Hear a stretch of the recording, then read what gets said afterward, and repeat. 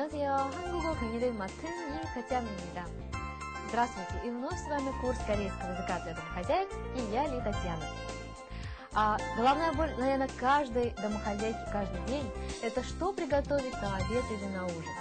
Порой издает даже самая богатая фантазия. Сегодня мы с вами научимся не только словам и выражениям, необходимым при приготовлении еды, а также с вами научимся готовить самое известное популярное блюдо в Корее – это тенджанг-тиге. Итак, наша сегодняшняя тема – это йори, то есть приготовление пищи, приготовление еды. Йори. Надеюсь, что после нашего сегодняшнего занятия вопрос, что приготовят, отпадет, по крайней мере, на сегодня.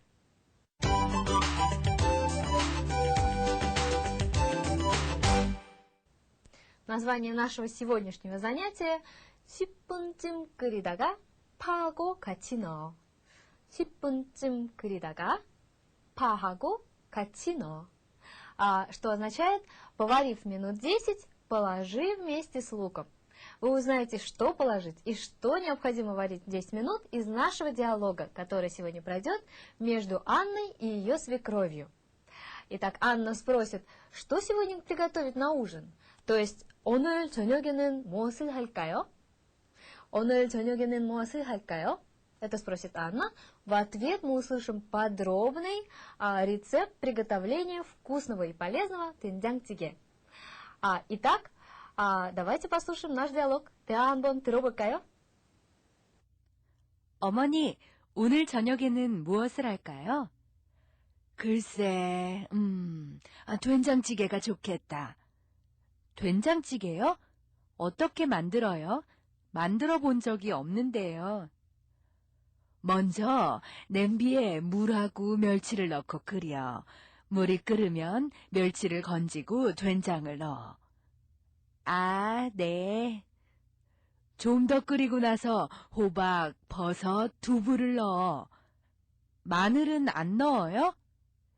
10분쯤 끓이다가 파하고 같이 넣어. Ну как, успели записать рецепт? Но прежде чем приступить к подробному разбору нашего диалога, мы, как всегда, традиционно рассмотрим с вами новые слова. Итак, первое новое слово – это 먼저. 먼저, что означает «сначала». Далее слово 냄비. 냄비, то есть кастрюля, тоже необходимое слово на кухне. Следующее слово 멸치. 멸치. То есть анчоусы или такие маленькие рыбки. 넣다.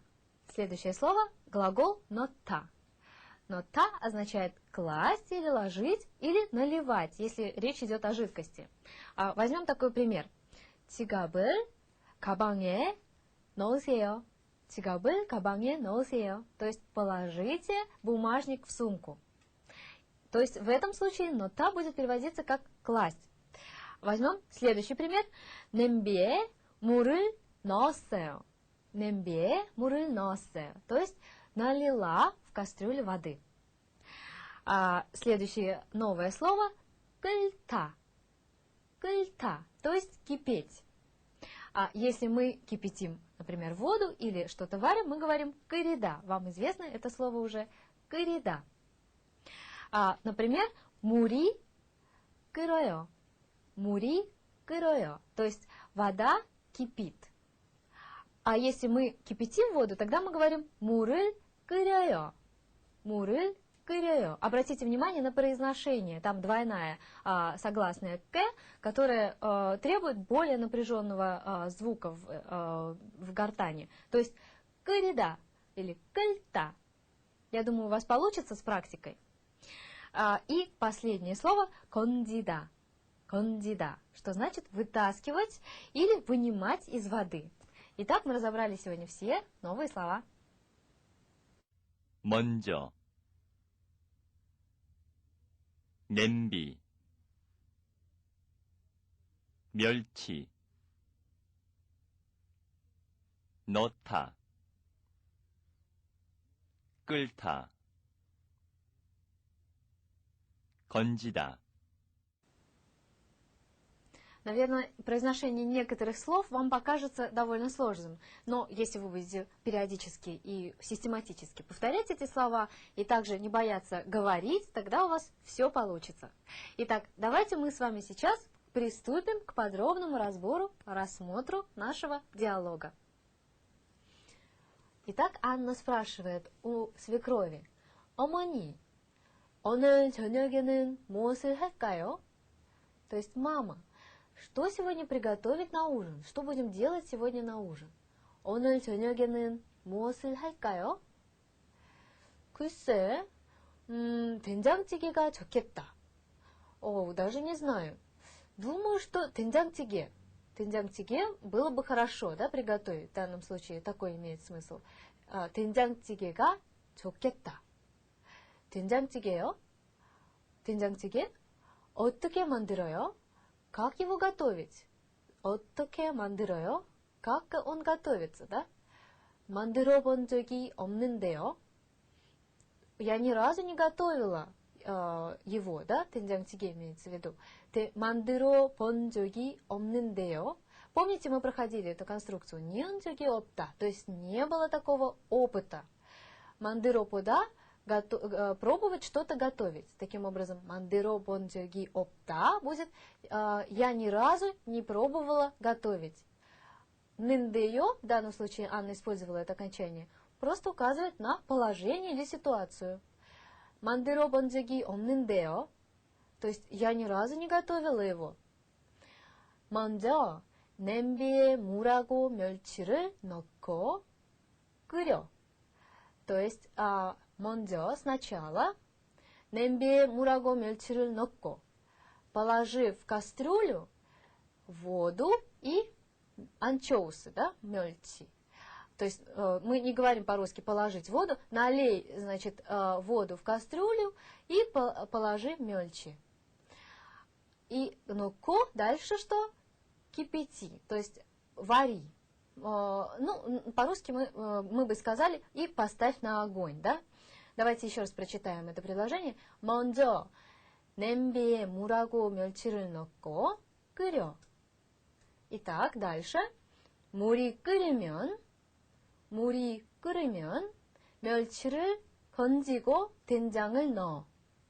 Итак, если закипит вода, 물이 끓으면 멸치를 건지고 вытащи анчоусы и положи 된장, 된장을 넣어. Итак, давайте еще раз.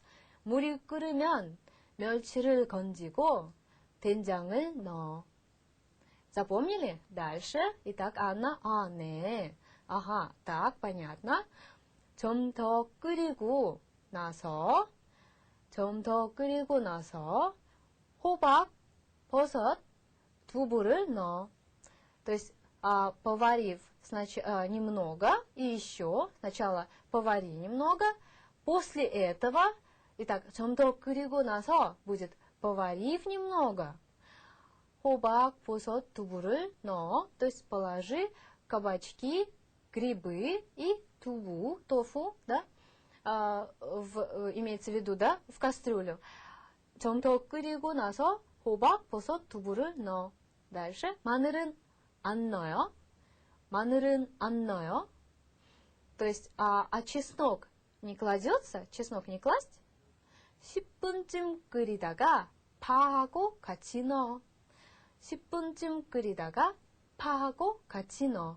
То есть, понятно, что здесь, вы знаете уже эту фразу, она будет переводиться как покипятив минут 10, поварив минут 10, положи вместе с луком. Теперь мы знаем, что положили мы вместе с луком и что мы кипятили. Итак, два момента из диалога 10분쯤 끓이다가, в данном случае, 다가 и го насо мы пройдем с вами во время грамматики. Обратите внимание на фразу из нашего диалога. 오늘 저녁에는 무엇을 할까요? 오늘 저녁에는 무엇을 할까요? На самом деле, эту фразу можно перевести двумя способами. То есть, что сегодня приготовить на ужин, как в нашем диалоге. Или, например, смысл, что будем делать сегодня вечером.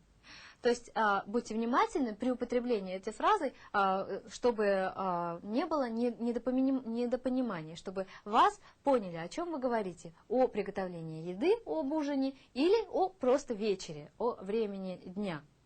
Итак, давайте послушаем наш диалог еще раз. Слушайте внимательно и повторяйте. 잘 듣고 따라해보세요. 어머니, 오늘 저녁에는 무엇을 할까요?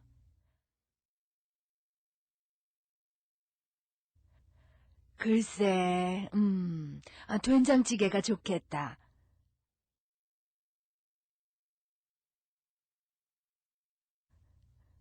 된장찌개요? 어떻게 만들어요?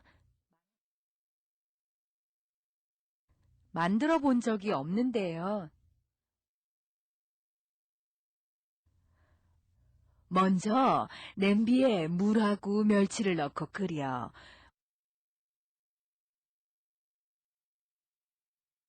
물이 끓으면 멸치를 건지고 된장을 넣어.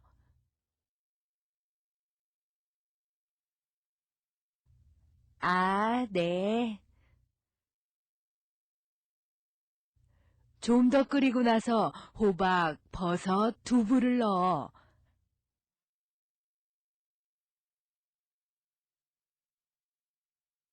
마늘은 안 넣어요? 10분쯤 끓이다가 파하고 같이 넣어.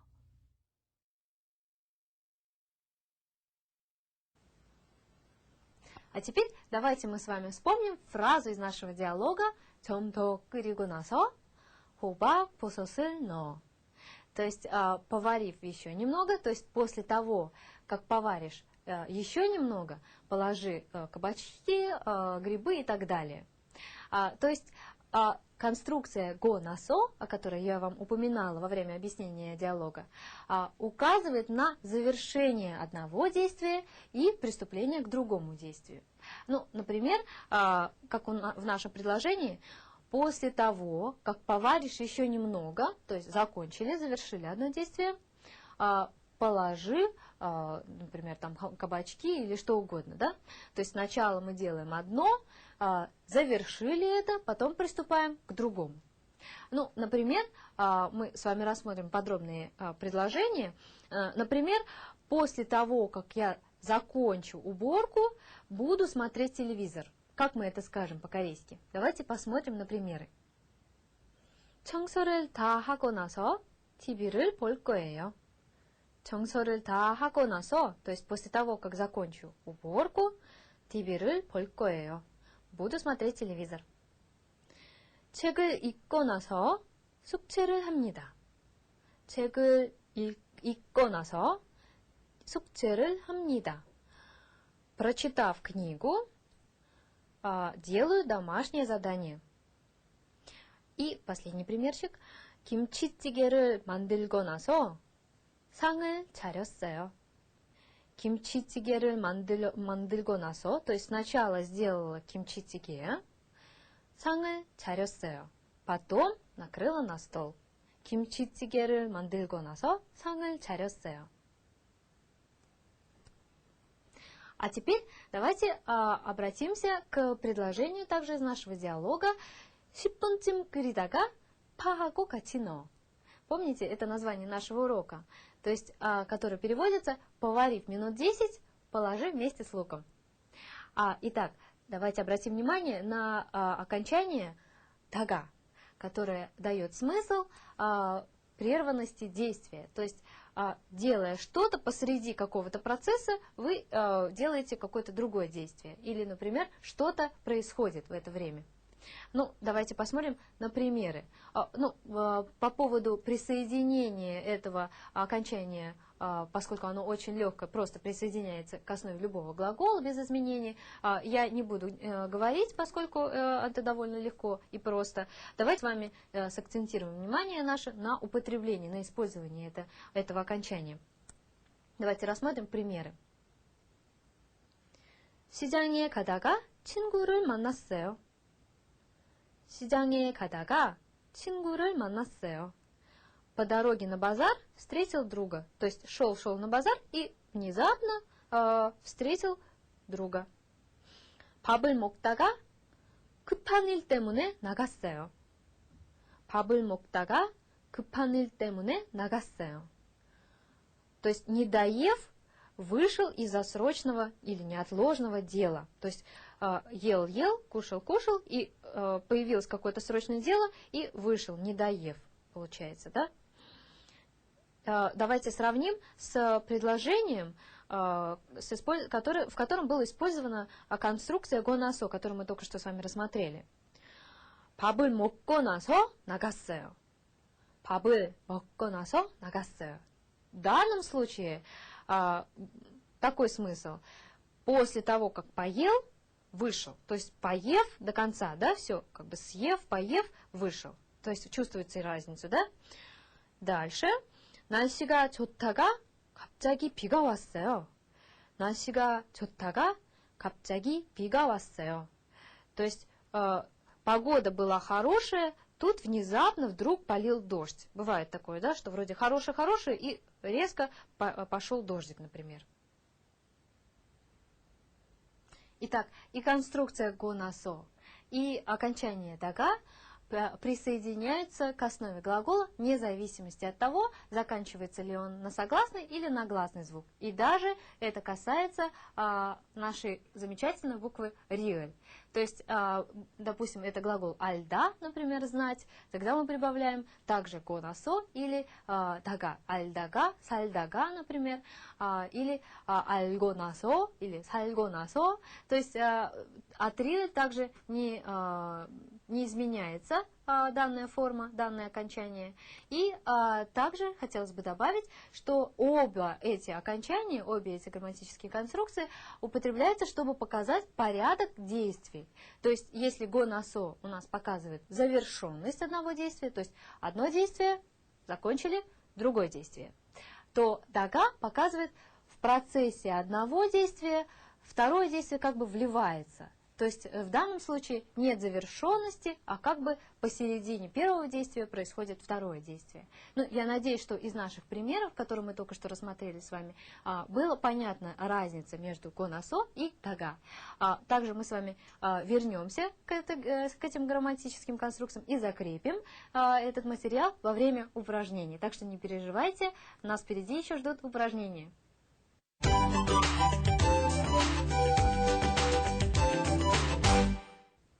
А теперь мы с вами сделаем несколько несложных упражнений. Первое упражнение будет на конструкцию гонасо. Итак, приступим.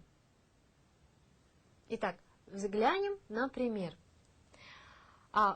Нам дано словосочетание в скобочках, да, и с использованием этого словосочетания и конструкции гонасо нам необходимо дополнить, восполнить предложение, окончание которого нам дано.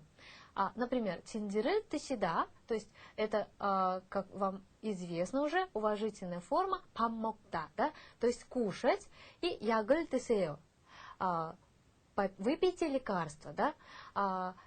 Что мы можем тут сделать? Тиндиры тысиго насо, получается у нас, то есть поев, выпейте лекарство. То есть мы присоединили к глаголу тысида конасо. И получилось, поев, сначала поешьте, а потом выпейте лекарство. Надеюсь, что понятно. Давайте попробуем сделать сами.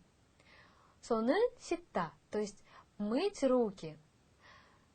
Итак, посмотрим конец предложения. 밥을 먹어요, кушаю, да?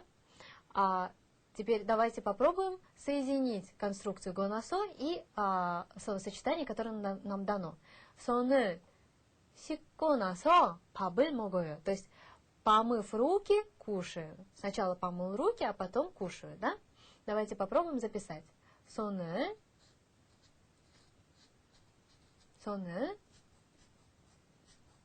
씻고 나서, то есть первая половина как бы предложения, да?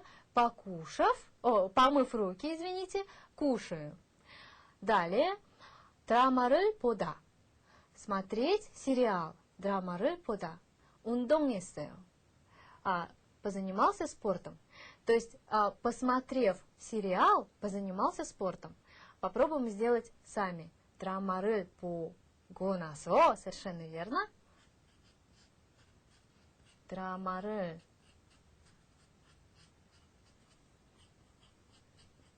보고 나서, то есть, посмотрев сериал, позанимался спортом, 운동했어요. Следующее упражнение – 빨래하다, то есть стирать. 빨래하다.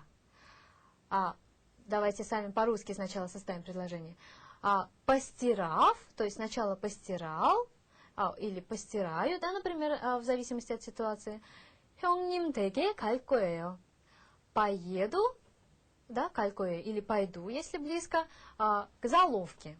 То есть помните это слово 형님? Два значения. Или заловка, то есть старшая, жена старшего брата мужа, или старшая сестра мужа, да, то есть два значения.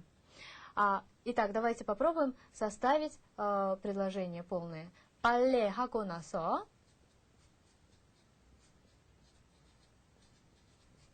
빨래하고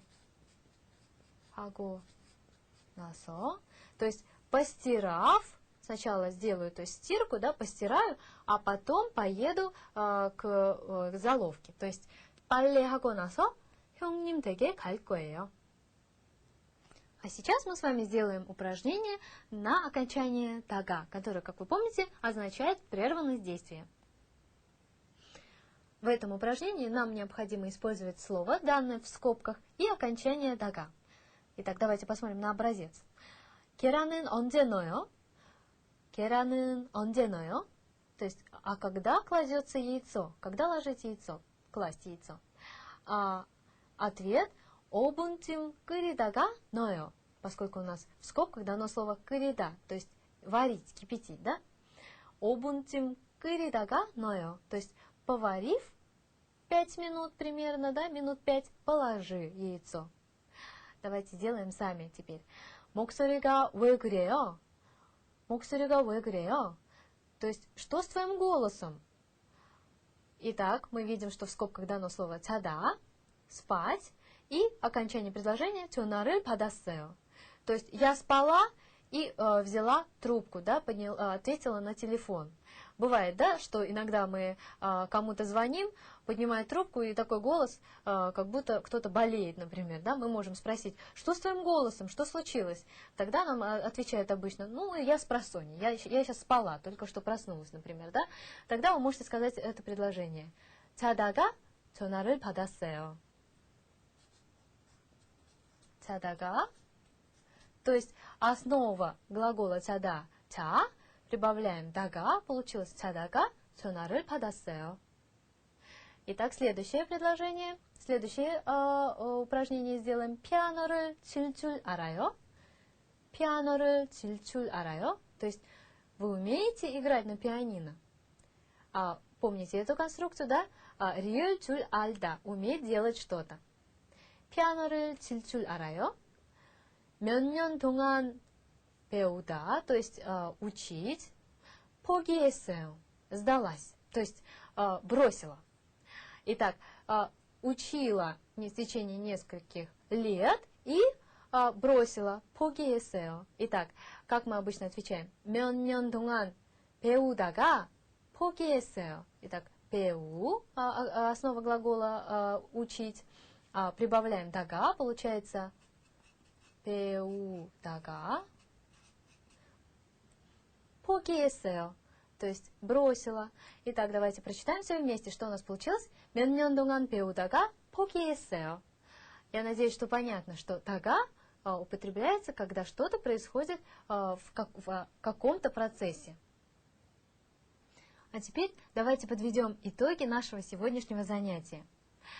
Во-первых, мы сегодня с вами выучили полезные выражения.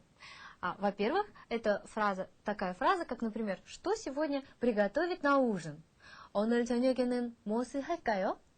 Также вы можете, например, заменить слово 저녁 словом 점심 и спросить, например, что сегодня приготовить на обед? 오늘 점심때 무엇을 할까요? Или, например, 오늘 점심때 뭐 할까요? То есть 무엇을, разговорная форма 뭐, да?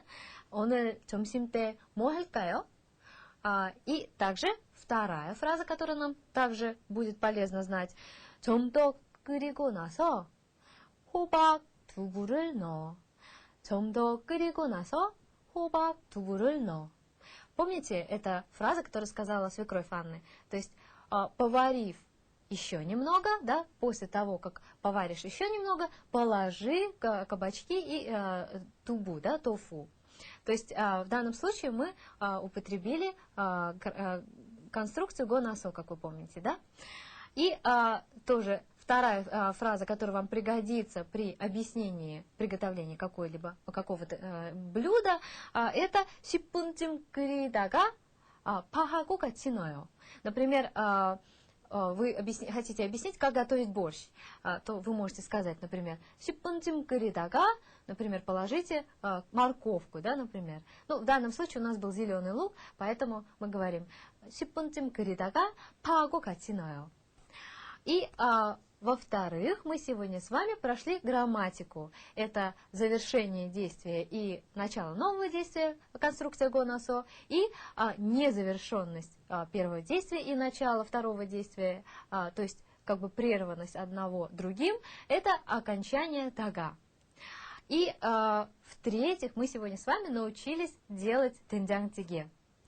Ну, кстати, хотела бы вам напомнить, что такие блюда, как тиге, обычно в Корее едятся из одной посуды. И еще кое-что из культуры, корейской культуры, хочу вам напомнить, то, что обычно по этикету корейскому, по этикету поведения за столом, не принято начинать кушать до старшего или заканчивать, то есть вставать со стола раньше старшего. Я надеюсь, что наш урок действительно вам будет полезен, и надеюсь, что он был интересным. На этом я с вами попрощаюсь. До следующей недели. 안녕히 계십시오.